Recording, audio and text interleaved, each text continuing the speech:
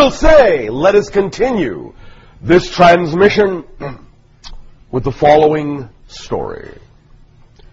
Relax, become comfortable, and let us begin in your traditional way, once upon a time.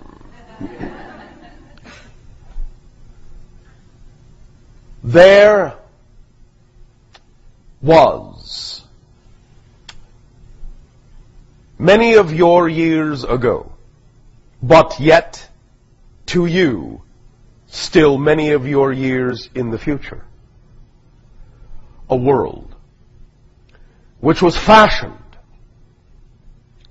for the purpose of continuing a civilization that had brought itself to the brink of destruction. And this world was fashioned so they could have a second chance at perpetuating their culture, their civilization. These are the ones who made us. The ones who made us found your parallel reality and other parallel realities and fashioned from their own genetic material and yours several hybrid species of which we are one. I began my incarnation in my civilization 137 of your years ago, but yet still 2,700 years in your future. As I was born in my society and allowed to be telepathically connected, I did not forget my connection to my spirit, my higher mind, my oversoul, in which was made an arrangement, an agreement, wherein I would have also what to me is a past life on your world, which is the channel before you. And in that arrangement was set out certain parameters for how that communication would occur, would evolve. And it was taught to me at age 3 that I would contact my past self also at age 3 and form the bridge and the link that would connect us through this life. And I was taught the way of doing these things. For I knew and I remembered that this would be my expression, my passion, to open gateways and open doorways for the consciousnesses of those on the threshold of new awakening and new realities and new experiences. And I was filled with great joy to realize my becoming. And as my orbits around my central star progressed, and I became what you know as the 7th year of life, thus then was I also introduced to another who was to be a counterpart in this endeavor, who, as a female of my society, would also be an initiator of the opening of the gate and the opening of the door.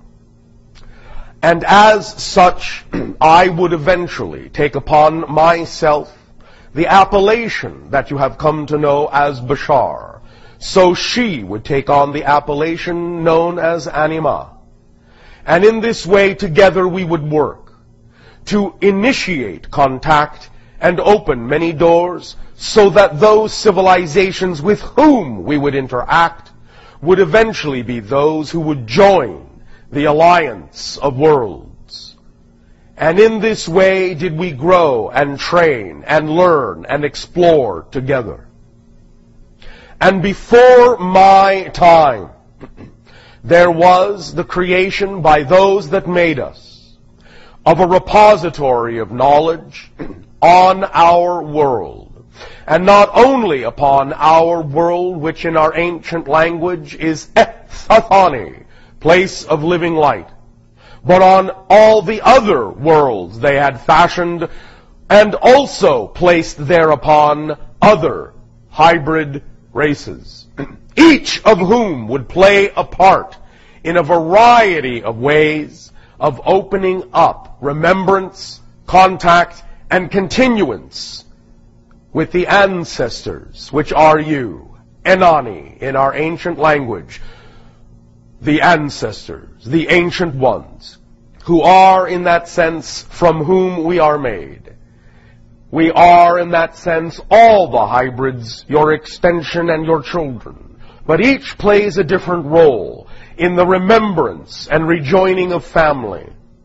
We play our part in initiation, but there are those who will be the first to make open contact with you, who have begun to show their ships to you, as we have named them, those encounters you have come to know as the Phoenix Lights, being representative of one such ship of that group who shall be the first, and are now through us allowed to represent that as we are Ethithani and you are Anani, they are the Shalanaya, which means those who will come first.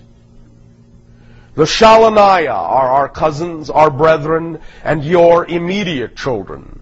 From those experiences you have labeled abduction on your planet, which is for the further perpetuation of the species of those who made us.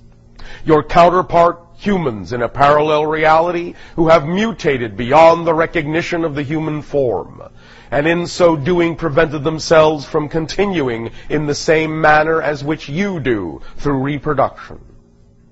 But in contacting their parallel selves, of which you are parts of the same oversoul, to, shall we say, initiate the idea of contact through what you have called the abductions, did form bonds that were unexpected in their oversouls to allow them to glean and glimmer a new sense of emotionality and the potential of what you can become as a parallel reality that can take a path unlike the path they took.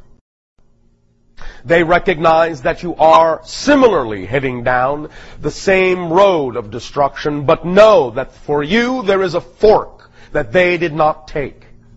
And in so creating the hybrid races, such as ourselves, did put upon us the task of assisting our ancestors, the Anani, to aid and assist in waking you up as you travel down that path, so that by the time it comes time to arrive at that fork in the road, you will take the one they did not take. And you will take the one that will allow you to continue. And you will take the one that will allow you to rejoin the family that they have taken from you in perpetuating themselves. The family that shall return, the first of which being the Shalanaya. As they return, as they open contact, they will bring gifts of knowledge and awareness. They will remind you of your true histories. Not history in the singular, but histories. All the way back to the origins of the DNA that has plied its way through space, finally arriving in the solar system you call your own, and setting up incarnations on the planet that has been destroyed, Marduk, on the planet that has been destroyed, Mars, on the planet that has yet to be seen as whether it will live or die, the Earth, but which we know you will continue on with. For we would not at this point be speaking with you had you not taken the fork that would allow for the family reunion. We thank you for taking the fork, and even though we know these are still what you would recognize as the dark days of confusion, when it does not always seem as if you are moving toward the light. From our perspective, the gift that you have given to us of life allows us to reflect our knowing back to you that that is the road you are on.